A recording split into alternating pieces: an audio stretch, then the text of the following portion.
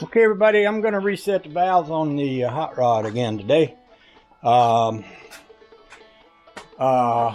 thinking is when I first did it, I had not nearly worked out all of the issues that have to do with timing and stuff like that.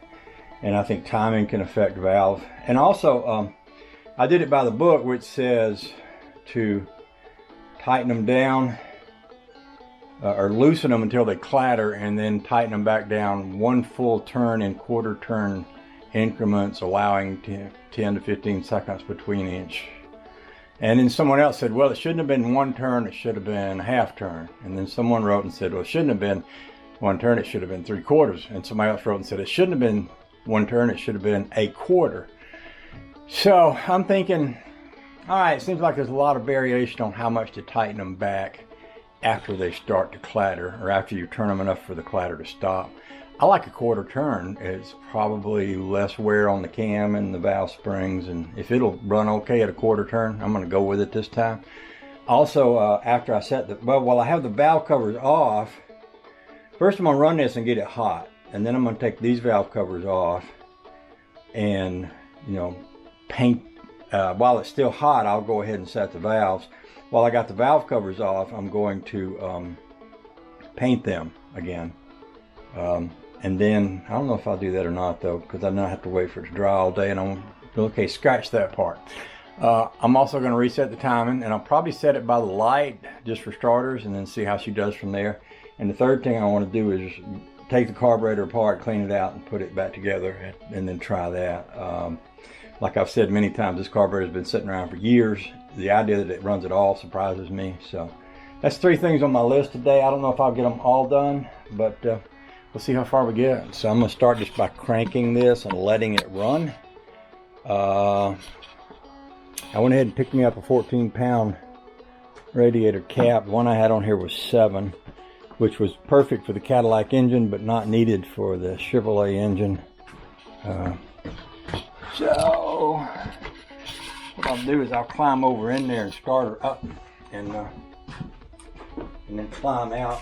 I'm going to leave it, it's kind of up in the air, but I'm going to leave it there because it's a little easier to work at this level than it would be a little lower down. I've got me a step. Now I don't generally need, I'm just, when it's sitting on the ground, but it's sitting up on these blocks. So that little step helps me to get over in here, which is a mighty fine thing. Mighty fine, mighty fine. Okay, so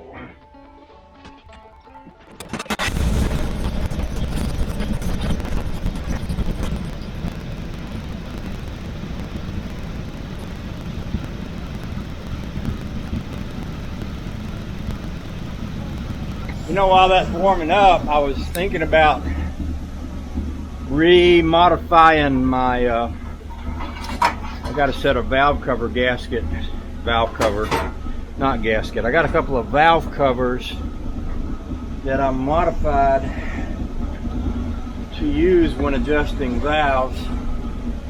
And one of them could be made better with a little bit of additional work. And this is a good time to do it. So where is that thing? It should be right here. I don't see it. I'll look for it.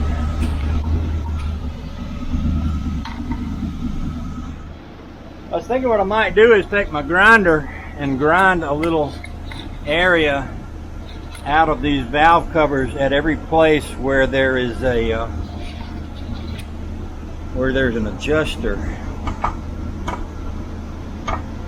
And so I'm going to get a piece of chalk, mark this down, mark the spots, and come back and work those over with a grinder. See if that does the trick.